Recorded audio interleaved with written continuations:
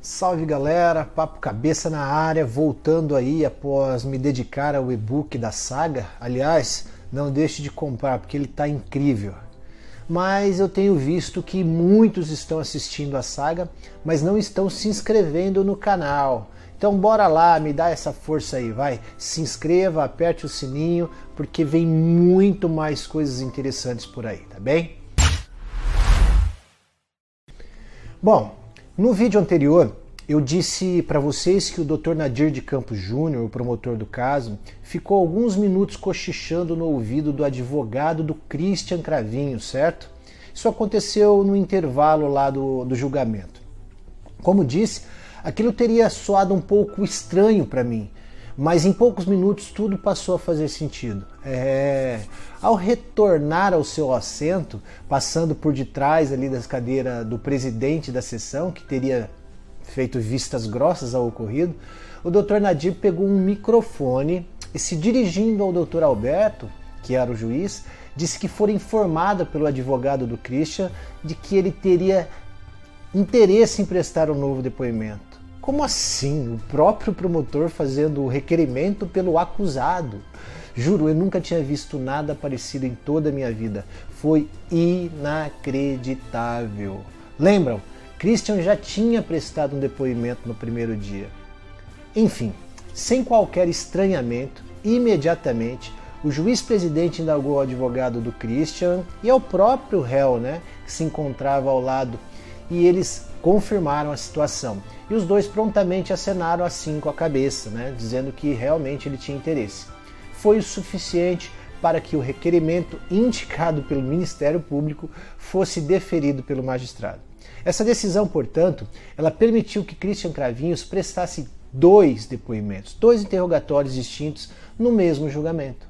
Galera, prestar dois depoimentos no mesmo julgamento do tribunal do júri não é uma coisa comum. Naquelas condições, então, muito menos. Somente em casos excepcionais, geralmente quando há acariação, mas o absurdo maior foi ver o Dr. Nadir se levantar novamente, pegar a cadeira onde os depoimentos aconteciam, no centro ali, colocá-la de frente para os jurados, a cerca de 1 metro no máximo, ajustar o microfone e colocar uma outra cadeira ao lado. Em seguida, o promotor pediu gentilmente para que duas pessoas que estavam sentadas assim na primeira fila da plateia e próximas dos jurados se levantassem e trocassem de lugar com os pais de Christian, Astrogildo e Nájida, que eles estavam sentados assim um pouco mais distantes.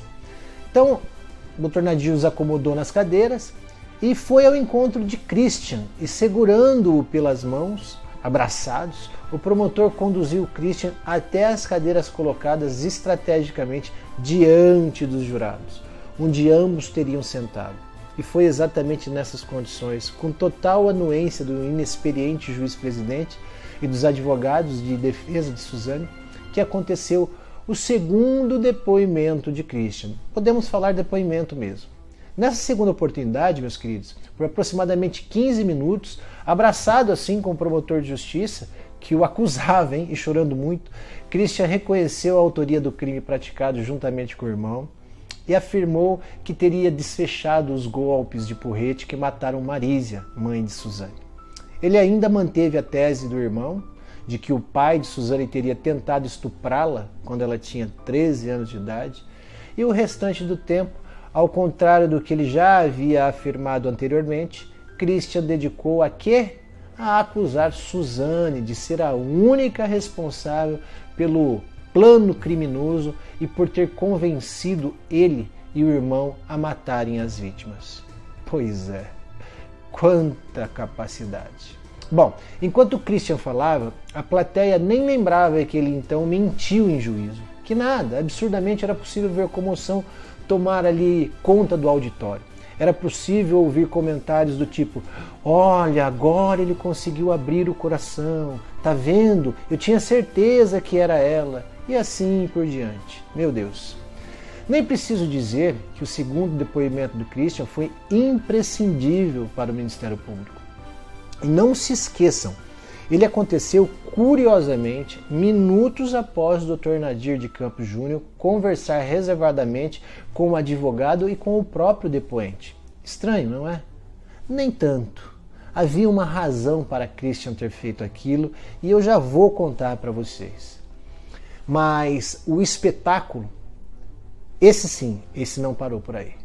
Logo após Christian encerrar o seu segundo depoimento, sem qualquer tipo de intervenção, veja bem, sem qualquer tipo de intervenção dos advogados de Suzane, que teriam ficado prostrados em seus assentos e nada fizeram para impedir aquele descalabro jurídico, o Dr. Nadil pediu que os pais de Christian subissem ao palco, momento em que todos se abraçam juntinhos e caminhando devagar, juntinhos, eles vão para os fundos do auditório, onde ficaram lá por alguns instantes. O julgamento então foi suspenso por alguns minutos e os jurados retirados do plenário, todos chocados.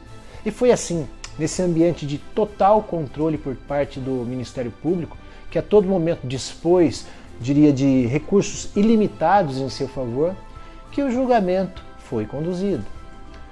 Galera, ao ver tudo aquilo, passava perfeitamente pela minha cabeça um filme sobre os conceitos aprendidos na Faculdade de Direito. Era impossível não lembrar das teorias ensinadas pelos meus mestres, que sempre elevavam o tribunal do júri a uma corte de excelência. Mas aquele glamour de outrora, sabe? Até então representado por uma formalidade secular, juro, minuto a minuto foi se desfazendo.